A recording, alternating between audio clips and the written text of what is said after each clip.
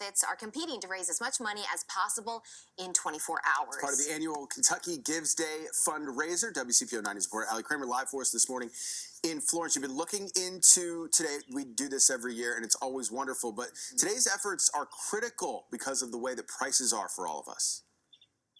Well, yeah, exactly, right? We have less disposable income because prices are so high, so that means less money to donate, and Master Provisions here in Florence is feeling a little bit of that pinch. That's why today they're trying to raise $10,000, and those donations, if they hit that mark, will be enough to feed 20,000 meals. Now, if you're not familiar with Master Provisions, they actually rescue food that may be mispackaged, mislabeled, but otherwise just totally fine, and they save that from going to the landfill. They then distribute it to 220 organizations across the tri-state, places like food pantries, churches, schools, senior homes. They do not receive federal funding, so they didn't necessarily take a hit when that assistance was cut.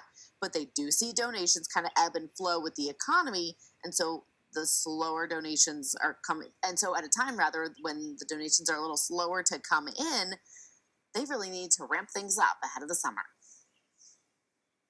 They're just wondering where their next meal is going to come from.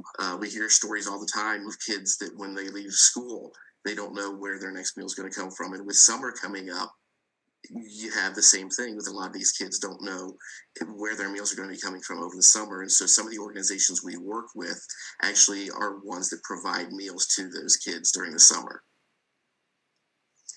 Right, and so that's something that's very top of mind. My kids get out of school at the end of next week, so we're talking summer. I'm like, it's here. Now is the time. Master Provisions actually does so much for the community that they are building a new facility that will give them 10 times the storage space for dry goods and pallets, and then double their cold storage. So we're not talking about a little nonprofit here. We are talking about somebody who, Adrian, really does make an impact here across the entire tri-state. Yeah, huge impact, and they can use all the help that they could possibly get. Allie Kramer, live for us, covering Kentucky Gives Day. Thanks so much, Allie. We'll check back with you.